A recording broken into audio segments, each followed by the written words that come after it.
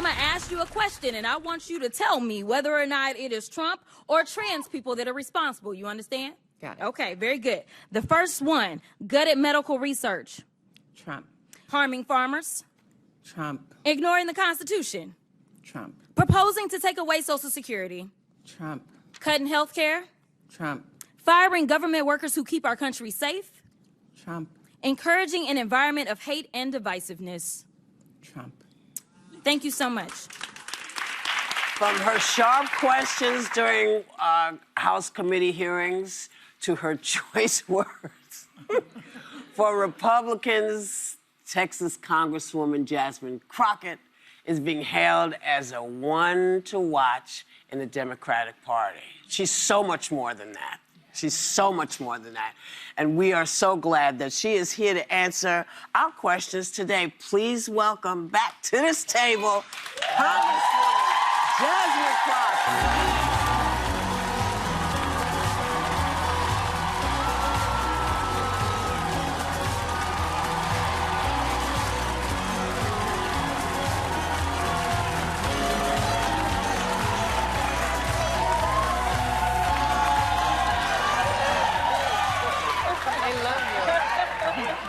All right, y'all.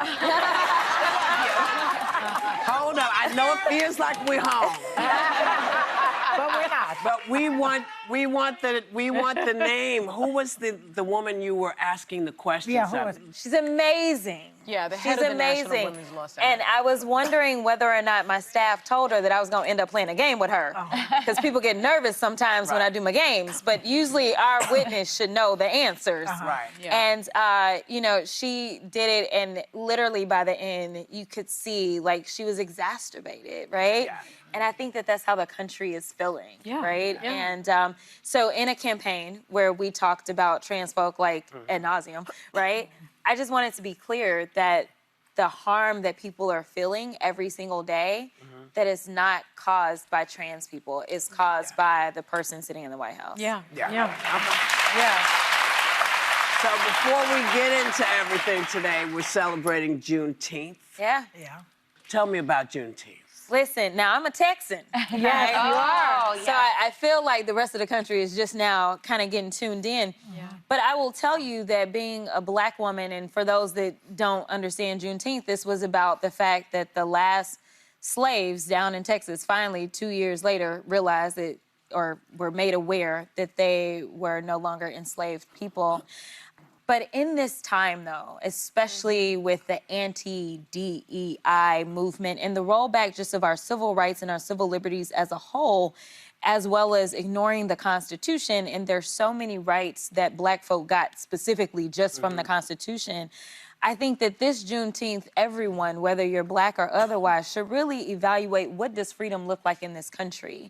And are we willing to fight for it? And I think, you know, evaluating what happened at No Kings, I think we are ready and willing to fight for our freedom. But I think that it is important that we come together and we define what freedom looks like for those of us in this country, not just Black folk. That's right. Yeah.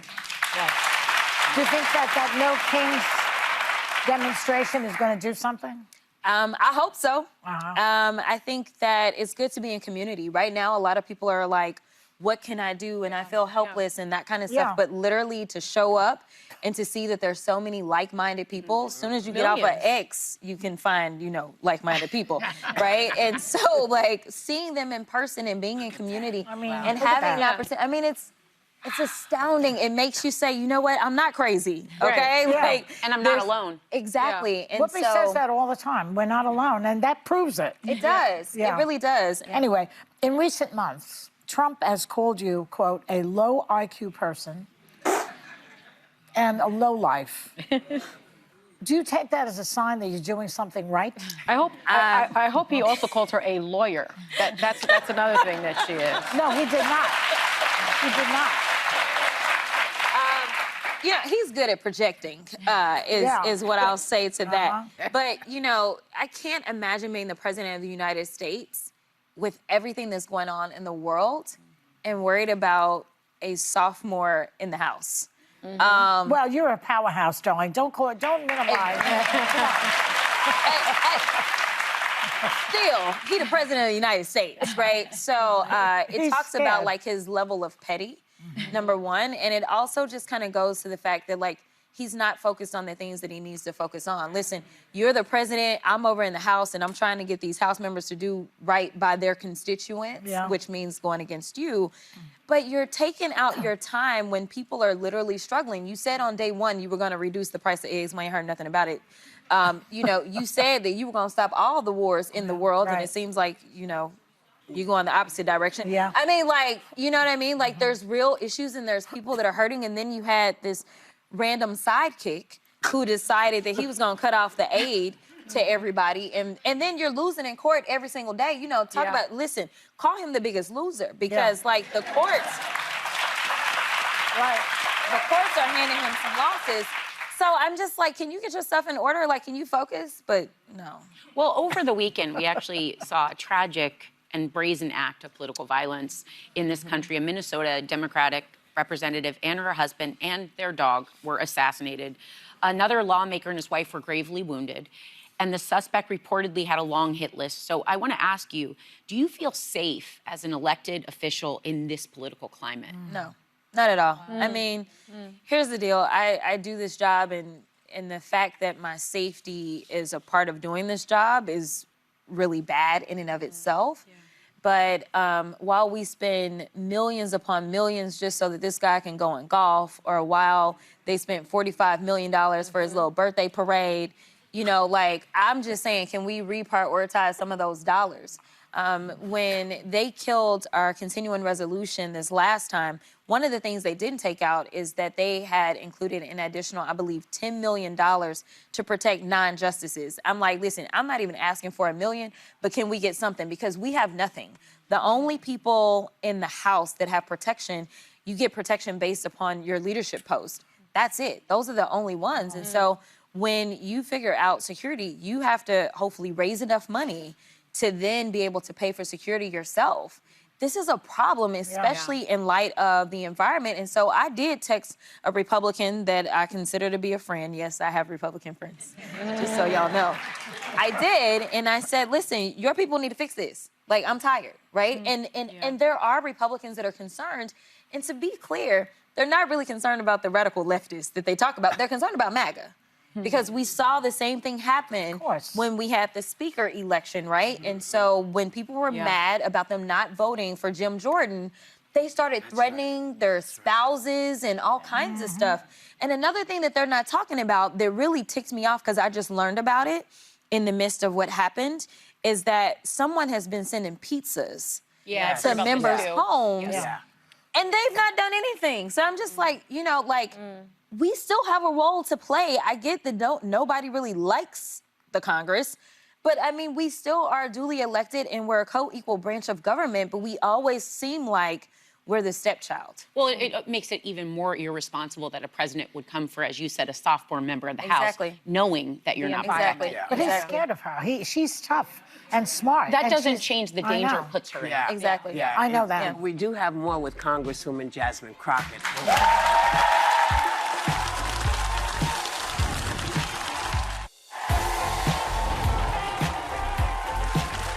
We're back with Congresswoman Jasmine Crockett. Alyssa has the question. Congresswoman, you are known for your colorful way of saying things. And after the election, you had said that when it comes to your own party, you've compared Democrats to the guy who only calls after midnight. What did you mean by that? You know what she I know what she meant by that. You up?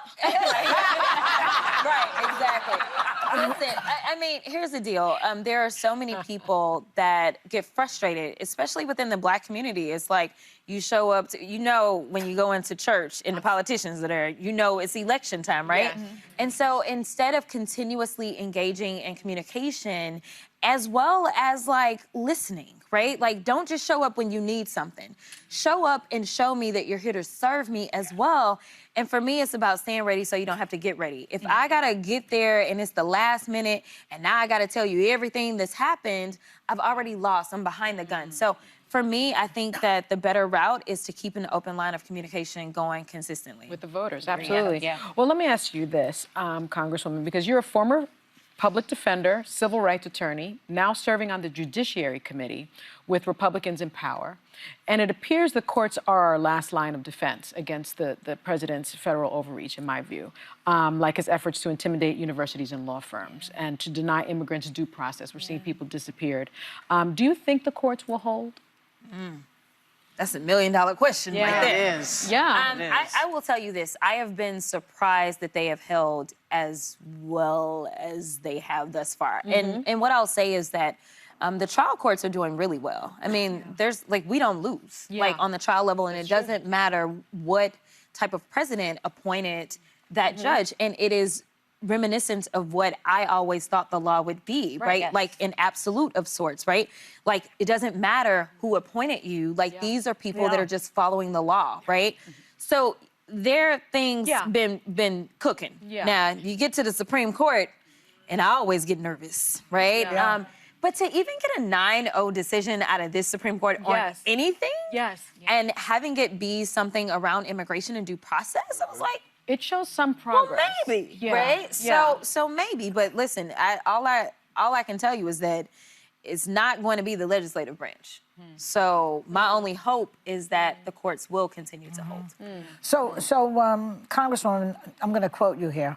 You have said that what Democrats need and want is the safest white boy we can find for the 2028 presidential ticket. And you implied there already is an heir apparent that donors are lining up behind. Who are you talking about? I'm not going to tell you, Joy. Listen, so what I will tell you is that I was asked about that by Clay, and Clay, the phrasing of the, Clay Kane, the phrasing of the question made it go that way, because it was more so like, you know, do you think black voters or any voters are going to be okay with going with a woman or going with a person of color based on what happened last time? And my philosophy is that the people want a fighter. And I don't think that it really does matter their color or whatnot, but I think the donor class, actually I've been told, that the donor class is lining up. So I was really kind of laying out that there are differences, but I think the people will win. And I was recently reminded that there was a young junior senator out of Illinois. That was not... He wasn't supposed to win. He wasn't the one, but the people. The people picked him. Twice. And so Iowa first. So I do think that there is a lane. The reality is that Barack Obama was like the poster child for these small dollar donations, the grassroots donations. And so as we talk about like the donor class, like if we, the people, say we are the donor class, then we can make anything happen with our $5 and $10. He won twice. Never forget that. And this is why she is so great. You know, this is why. This is why. So, you know, let's pay attention. Our thanks to Congresswoman Jasmine Crockett.